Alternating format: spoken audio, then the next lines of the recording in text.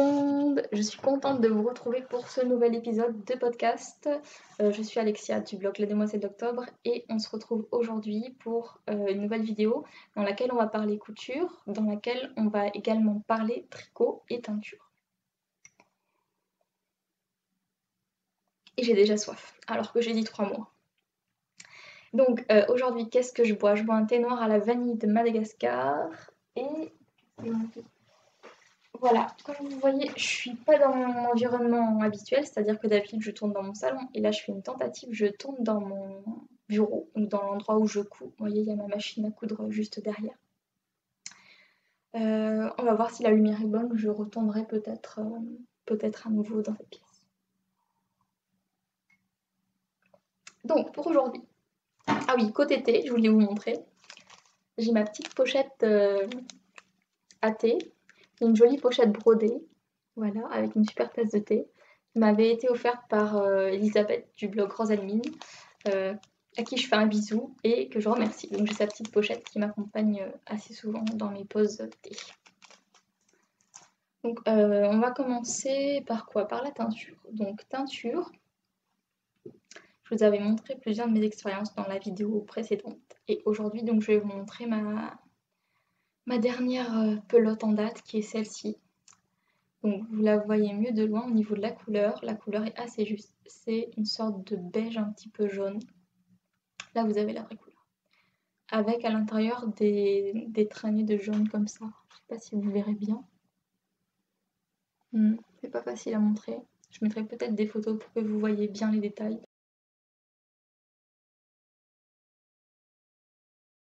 Parce que là, bon, j'ai pas une feuille à côté, non. Je peux pas vous mettre une feuille blanche pour vous montrer. Donc je vais vous la laisser de loin.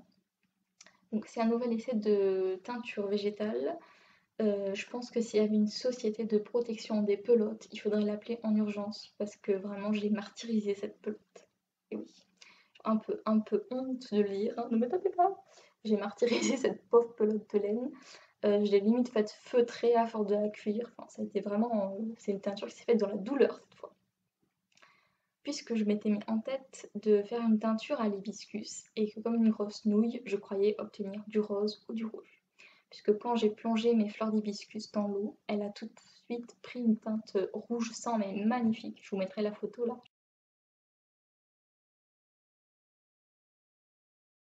J'avais pris une photo. Et donc je me suis dit c'est génial, je vais obtenir, j'avais lu je sais plus où qu'on pouvait obtenir du violet, des couleurs comme ça avec l'hibiscus. Je me voyais déjà avec une super belle couleur, un violet, un rouge, un bordeaux, je savais pas trop. Mais j'avais un petit peu oublié que Nathalie de By Night, elle en avait parlé dans une de ses vidéos. Et donc elle avait bien expliqué qu'avec l'hibiscus, sans mordançage, donc sans préparation de la fibre, si on plonge juste la fibre telle qu'elle dans l'hibiscus, on obtient du beige et pas autre chose que du beige. Même si la couleur du bain il fait rêver, c'est pas... si la couleur fait rêver, c'est absolument pas ça qu'on va obtenir. Donc je suis partie bien en tête avec mon bain d'hibiscus, persuadée d'avoir du rouge et tout. Donc j'ai fait mon infusion d'hibiscus, j'ai fait cuire ma laine dedans pendant 1 heure, j'ai laissé reposer une nuit, refroidir.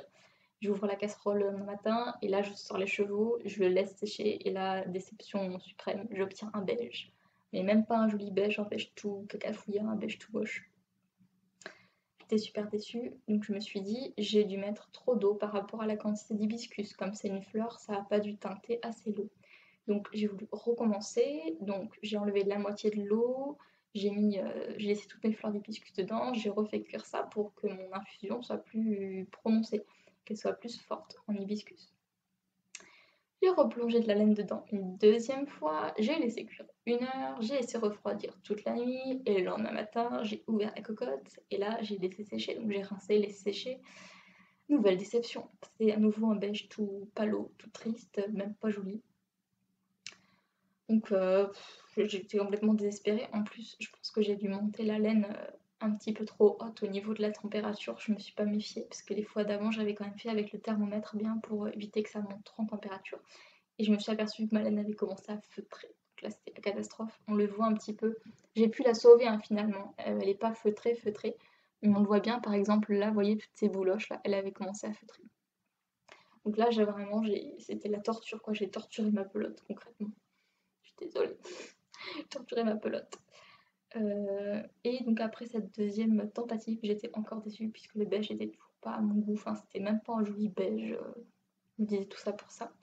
Donc j'ai dit allez hop, je vais tenter un truc. J'avais un fond de curcuma en poudre dans ma cuisine.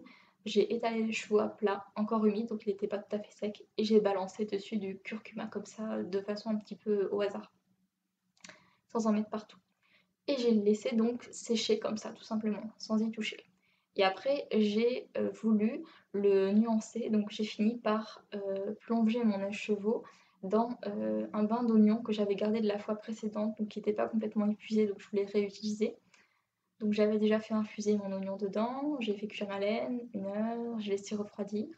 Et là, j'ai obtenu cette couleur, qui au fond me plaît bien. Donc c'est une sorte de camel un peu jaune, pas tout à fait beige, pas tout à fait jaune, dans lequel on peut apercevoir par moment, alors je vais essayer de vous montrer, parce que c'est pas facile à montrer à la caméra, des... Voilà, là vous le voyez, la petite boucle qui ressort. En fait, elle est plus jaune que le reste. Donc ça, c'est le curcuma que j'avais mis à des endroits différents, pas partout. Alors où est-ce que j'en ai encore pour vous montrer? Ben là, on voit bien. Voilà. Qu'en fait, il y a des splotches de jaune. Donc c'est pas du tout facile à montrer à la caméra, c'était plus facile à... Mais je pense que vous les voyez. Ouais, là vous le voyez. Si je tourne doucement. Donc il y a des endroits comme ça où il y a des petits splashes de jaune. Ça, si je rapproche bien, vous les voyez, je pense. Là, et vous voyez le fil. Hop. Voilà, donc au final, de loin la couleur est plus juste. C'est pour vous montrer les petits points jaunes. Je suis assez contente finalement, ça rend pas si mal que ça, même si c'est pas ce que j'avais en tête, puisque moi je voulais du rouge ou du violet, mais aussi j'avais mal lu et j'avais mal vu sur les sites que j'ai regardés en fait. C'était avec du mordansage que ça pouvait devenir violet. Sans, ça fait juste du beige. Donc au final, pour tenter cette pelote, si vous avez bien suivi, j'ai utilisé des fleurs d'hibiscus, du curcuma en poudre et donc de l'oignon, puisque j'ai replongé à la fin dans mon bain d'oignon. Je suis pas mécontente du résultat. Finalement, c'est un jaune un peu curry, un peu moutarde, un peu beige, qui se rapproche de la couleur que j'avais utilisée pour mon Ataboy cardigan, bien sûr en moins prononcé. Et je trouve ça assez sympa. Donc je sais pas encore ce que je vais faire de cette pelote. Je pense l'utiliser enfin, utiliser que cette couleur pour faire par exemple un châle ou une étole, quelque chose comme ça. Voilà. Donc en vrai, elle est un petit peu plus dorée que là, vous voyez un espèce de marron. Si je rapproche, c'est pire, il vaut mieux vous la montrer comme ça. En vrai, elle est un petit peu plus dorée. Voilà, si je la mets là près de mon visage, on voit bien la couleur. Elle a ce côté un petit peu lumineux que j'aime beaucoup. Donc ça, c'était mon essai de teinture du mois, on va dire. Et là, pour l'instant, je me calme un petit peu sur les essais de teinture puisque je vais d'abord tricoter ce que j'ai teint avant d'en faire beaucoup plus. Ensuite, mis à part la teinture, bien sûr, je vais vous présenter autre chose.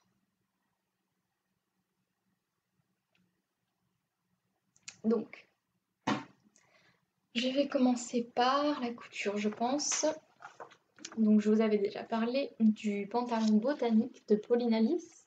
Donc, un pantalon hop, un peu dans un esprit jupe-culotte avec des jambes assez larges, un peu pattes d'éléphant, une taille haute et une ceinture.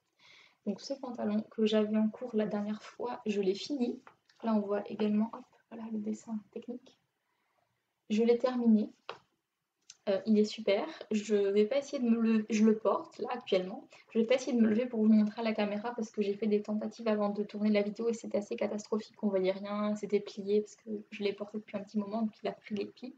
Donc ce sera pas joli. Ce que je vais faire, c'est que je vais vous insérer maintenant des photos que j'ai prises donc du pantalon porté. Qu'est-ce que j'ai à dire sur ce pantalon? Je vais en refaire. Le patron est super agréable et il est super confortable. Moi, ce que je redoute habituellement dans les pantalons, c'est les coutures d'entrejambe, les choses comme ça qui sont hyper désagréables. Le côté raide du pantalon qui fait que quand on se baisse, c'est désagréable aussi ou quand on bouge. Là, j'ai choisi un coton super souple. Ça me sert pas du tout la taille aussi parce que les pantalons, ça sert vite la taille. Là, c'est une taille élastiquée. Donc avec juste l'élastique qui se tend, qui se détend, donc c'est super qu'on soit assis debout, ça s'adapte bien au mouvement. Et voilà, super confortable. Je trouve qu'au niveau du rendu, il est chouette. Je me vois le mettre aussi bien pour aller à la plage, que pour rester à la maison, que pour sortir. Enfin, je dirais pas sortir au restaurant parce qu'il fait quand même assez détendu. Mais je m'en ferais bien une autre version en lin ou dans un tissu un petit peu plus chic, entre guillemets, comme ça. Un peu plus habillé. Je pense que c'est un pantalon vraiment tout terrain et pour les gens comme moi qui sont plus jupe et robe que pantalon, qui aiment pas trop les pantalons à la base, ça se rapproche vraiment plus, enfin de loin, si vous le regardez de très loin et que je vous dis pas que c'est un pantalon, le patron vous pensez vraiment que c'est une jupe. Donc en fait moi c'est ça qui me plaît, c'est qu'on a vraiment c'est vraiment les jupes culottes qu'on portait quand on était petit, quoi. Moi je sais quand j'étais petite, j'en avais pas mal et c'est vraiment ce côté-là qui m'a plu. Donc, pantalon botanique de Polinalis, je l'ai cousu, testé, approuvé. Je suis contente de mon choix de tissu, je suis contente du rendu final et j'ai bien hâte d'en coudre d'autres et de vous les montrer. Voilà. Donc, en couture, c'est tout ce que j'ai fini. J'avais prévu de commencer d'autres choses et finalement, je n'ai rien commencé du tout parce que j'ai été vraiment, vraiment, vraiment très occupée par le tricot. Tricot, j'ai un gros, enfin c'est pas un boulet, mais j'ai un gros projet en cours et je n'ai fait. Ah mais non, j'ai pas fait que ça. Je suis en train de vous dire une bêtise. Bon, je vais en parler d'abord et je vous parlerai de la suite après. Tricot, j'ai fait quasiment que ça. C'est mon Itofu des cardigans. Voilà, donc c'est ce très joli gilet tout en dentelle que je tricote en plus dans le cadre du cal des beaux jours que j'organise. Donc c'est un cal durant lequel on tricote des ouvrages printaniers dans des couleurs un peu flashy ou avec de la dentelle, des choses qu'on va pouvoir porter au printemps, à l'été. C'est un cal qui se déroule jusqu'au 21 juin. Et là, concrètement, j'ai eu un gros souci parce que la dernière fois, je vous avais montré donc, un grand rectangle en fait, qui correspondait à la bande des manches, qu'il fallait ensuite que je couse. Et ensuite, j'allais continuer le corps. Donc là, normalement, j'aurais dû être très avancée sur le corps, sauf que j'ai fait une boulette. Je me suis pas aperçue en fait que le gilet était trop étroit pour mon dos. Je l'ai pas essayé avant de coudre les manches et de continuer le corps. Donc j'ai cousu mes manches, j'ai avancé. Et à un moment donné, je me suis dit quand même, il faudrait peut-être que tu l'essayes ton gilet. Et là, le drame. Je passe une manche et là, impossible de passer l'autre bras. Ça passait pas en fait. Il était trop étroit pour mon dos. Donc je me suis dit, donc je vais essayer de défaire la couture parce qu'en fait à l'intérieur, je vais vous montrer. Une fois qu'on a tricoté ce grand rectangle, on le plie en deux. Et pour faire les manches, en fait, on fait ce qu'on appelle un rabattage à 3 aiguilles. Donc je vous mettrai le petit tutoriel en bas si vous voulez le lien pour découvrir la technique qui est, je trouve, super. Donc là, point positif, c'est cette technique qui est juste au top. C'est-à-dire que vous obtenez une espèce de petite couture, c'est comme un tout petit boudin. Alors, je vais vous montrer. Et là, dans ma tête, je me mets à chanter les petits boudins. Voilà, alors comment je vais vous montrer ça sans qu'on voit rien? C'est compliqué à montrer. Voilà, vous voyez cette petite ligne là? C'est ça en fait. Vous voyez rien, c'est catastrophique à montrer ce machin. Voilà. Non, toujours pas. Comment j'avais fait tout à l'heure pour...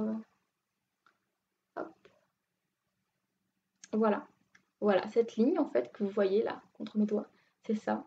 Donc ça fait vraiment juste une toute petite ligne, très discrète. Et ça, c'est la couture. Mais c'est une fausse couture parce qu'en fait, on plie le rectangle en deux, on récupère les mailles et on les tricote ensemble. C'est ça qui fait ce qu'on appelle le rabattage à 3 aiguilles. Et c'est ce qui fait une fausse couture, puisqu'en fait, on ne coupe pas, on tricote. C'est une couture tricotée. Et c'est juste le coup de foudre absolu. Je pense que que je vais utiliser beaucoup cette technique dorénavant. Donc la vie était belle, j'avais plié mon rectangle en deux, je fais mon rabattage, tac, et là, ça passait pas. Je passais pas dedans. Donc j'ai fait quoi? Ben j'ai pas le choix, j'ai tout détricoté jusqu'à zéro. J'ai tout défait. Donc en gros, j'ai défait un mois de boulot, enfin un mois de dentelle, parce que la dentelle est assez compliquée à faire, mais bien que magnifique. Je vous ai montré la dernière fois, j'étais trop fière de ma dentelle et tout, donc j'avais juste envie de pleurer en fait quand j'ai tout défait. Surtout que c'est moi qui organise le cal, donc voilà, je vais être bonne dernière, je pense au final, sur mon projet, alors que c'est moi qui organise, donc j'étais super triste d'avoir dû tout défaire. Et pour moi aussi, parce que c'était quelque chose que je voulais vraiment avancer. Mais quand il n'y a pas le choix, il n'y a pas le choix. Et là, vraiment, en fait, au fur et à mesure que je défaisais, il y avait tout qui partait. Parce que la dentelle est tellement fine, la laine est tellement fine que ça glissait. J'avais pas mis de fil de survie, puisque je pensais pas devoir défaire, puisque je pensais pas me planter. Toujours pareil, à chaque fois je me dis, mais pourquoi j'ai pas mis un fil de survie? Voilà, c'est comme en escalade, faut mettre un fil de survie. Alors heureusement que c'est pas d'escalade, sinon je serais dans le fond du ravin, sans... Il n'y avait pas de rappel, il n'y avait rien, j'étais tombée. Donc j'ai tout refait. Au final, je suis quand même contente d'avoir bien persévéré et je pense que heureusement que je le fais dans le cadre du cal parce que sinon j'aurais un petit peu baissé les bras. Mais là, j'ai vraiment la motivation de me dire il faut que je le finisse. Et vraiment, je le veux ce gilet. Je suis juste amoureuse de la couleur et trop amoureuse du modèle, donc il me le faut, même si j'ai toujours pas trouvé la pelote manquante, hein. Les chevaux manquants, toujours pas, mais bon, c'est pas ça qui m'inquiète pour l'instant. Ce qui m'inquiète, c'est de continuer. Parce que je trouve quand même que, vous voyez, il me reste quand même une grosse partie de la pelote numéro 2. Là, c'est le deuxième écheveau. Et je suis quasiment à la moitié. Donc je me dis, est-ce qu'avec deux, j'aurais peut-être pas. Est-ce que j'aurais pas assez avec deux? Peut-être je me fais des films, mais je crois au Père Noël, mais j'ai envie d'y croire pour l'instant. Et je me dis, je vais attendre d'arriver quand même bien à la fin de la pelote 2 pour voir s'il m'en faut vraiment une troisième ou pas. Euh, voilà. Il y en a qui m'ont conseillé peut-être d'aller voir sur Ravelry. J'ai commencé à regarder et je vais approfondir ça très prochainement. Donc d'abord, j'ai envie de vous montrer ce que ça donne. Donc là, j'ai cousu les manches, enfin j'ai fait le rabattage 3 aiguilles et j'ai continué à descendre donc dans le dos. Donc on a ça, je vais vous montrer pas porter et après porter. Donc en fait, voilà, une manche, le dos qui cette fois est à ma taille puisque finalement je l'ai remonté en L. Donc ça me fait un petit peu mal de monter du L parce que c'est la première fois de ma vie je crois que je monte quelque chose en L, mais bon c'est comme ça. Mon dos il passait pas. Donc je dois avoir le dos bien large en tout cas. Voilà le dos. Et donc la seconde manche. Donc c'est des manches qui s'arrêtent au coude, hein. Je vais le passer pour vous montrer. C'est des manches courtes. Volontairement, je les ai faites vraiment courtes et j'ai pas voulu que ce soit plus long parce que c'est quand même un gilet d'été. Et ensuite, moi, même, je vais vraiment le porter, je pense, printemps-été et aussi cet automne. Et moi, ça me dérange pas en fait d'avoir la moitié de la manche de mon pull qui passe par-dessus mon sous-pull ou ce que j'ai dessous, ça me dérange pas du tout. Donc, voilà, j'en suis là. Donc j'adore le détail de la bande de côte en fait qui vient dessiner la taille. C'est super joli je trouve. C'est vraiment féminin et ça marque bien la taille. C'est vraiment très joli. Je vais le passer pour vous montrer. En fait, c'est ça qui m'a posé vraiment souci que je comprenais pas. Et j'ai demandé pas mal sur Instagram et les réponses qui m'ont été faites ont été super utiles. C'est qu'en fait, on se retrouve à un moment donné à tricoter en rond cette espèce de bande de côte là, puisqu'elle est là, et qu'après elle descend. Vous voyez, elle descend en fait ici. Donc ça, on se met à le tricoter en rond et quand on sait pas où on va et qu'on ne comprend pas trop comment le gilet est fichu, c'est vraiment perturbant parce que je comprenais pas du tout où est-ce qu'on allait en venir. Je me disais, on tricote en rond alors qu'un gilet c'est ouvert, il faut pouvoir passer dedans. Comment je vais passer dedans? C'était mystérieux. Et donc, heureusement, sur Instagram, vous m'avez bien aidé en me disant, mais non, t'inquiète pas, c'est comme ça, c'est parce qu'en fait, on fait d'un coup la bande d'encolure et la taille. En fait, on tricote ça. On fait ça, clac, et en fait, on descend après à la taille. Donc, ça m'a bien aidé et finalement, j'ai réussi à passer cette étape. Donc, je vais essayer de l'enfiler. Je ne me trompe pas de sens. Voilà. Donc, là, comme vous voyez, je passe bien dedans. Cette fois, c'est bon. Et j'adore, vraiment j'adore la couleur, je trouve le rendu super joli. Donc on a la dentelle qui vient comme ça s'enrouler autour des bras. Je trouve ça vraiment joli et super amusant en fait. Voilà, hop, là, la dentelle. Donc ça vient vraiment juste à la moitié de mon bras, juste au creux du coude et je trouve que la longueur est super pour l'été, je trouve ça chouette. Et donc devant, de ce côté on verra mieux. Voilà, en fait on a cette bande de côte donc qui passe derrière le cou pour faire le col et après qui descend le long du bras et après donc là on continue la dentelle. Donc là j'en suis à 3 répétitions de dentelle après la bande de côte pour l'instant. Je vais essayer de me tourner pour que vous voyez, j'espère que ce sera pas trop moisi à la caméra.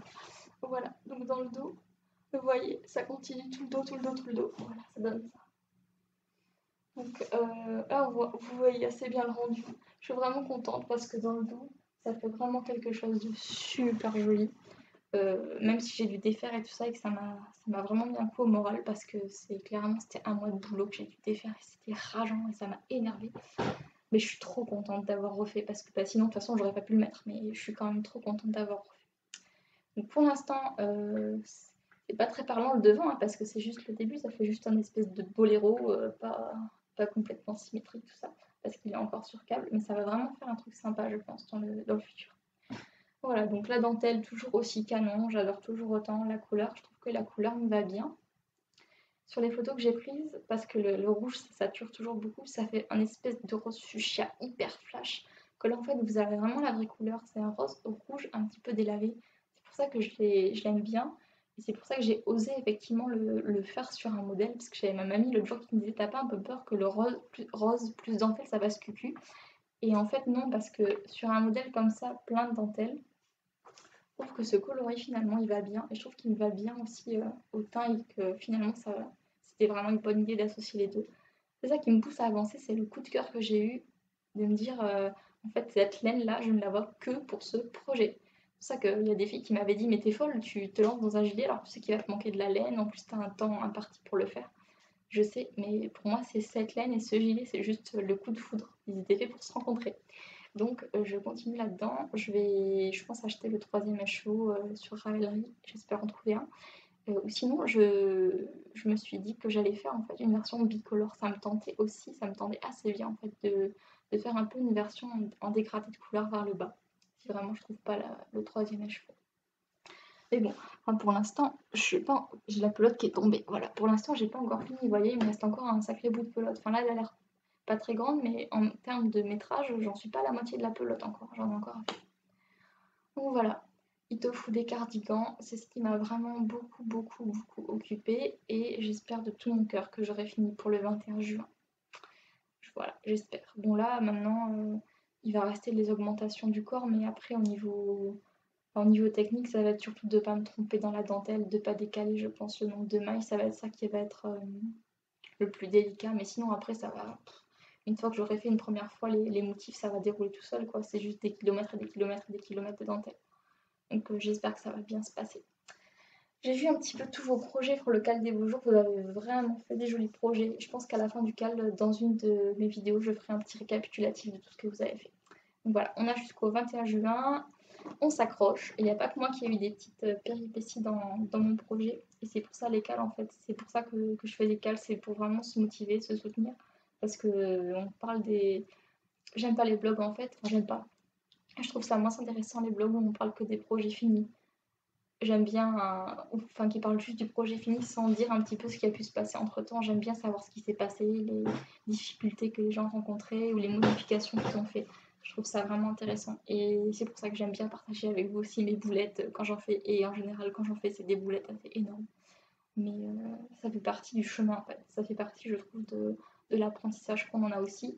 Et je me serais jamais vue. Enfin, il y a un an, j'aurais été incapable clairement de faire un gilet en dentelle comme ça. Et ça me fait plaisir de voir le chemin parcouru et les progrès que j'ai fait, même si je fais encore des boulettes et que je me trompe, mais parce que j'apprends toujours des nouvelles techniques. Donc c'est vraiment important et c'est vraiment super, je trouve, de partager ça avec vous. Parce qu'en plus, on est plusieurs à le faire ce gilet et j'ai trop hâte de voir les différentes versions des copies. Donc tricot, c'était mon gros en cours du moment.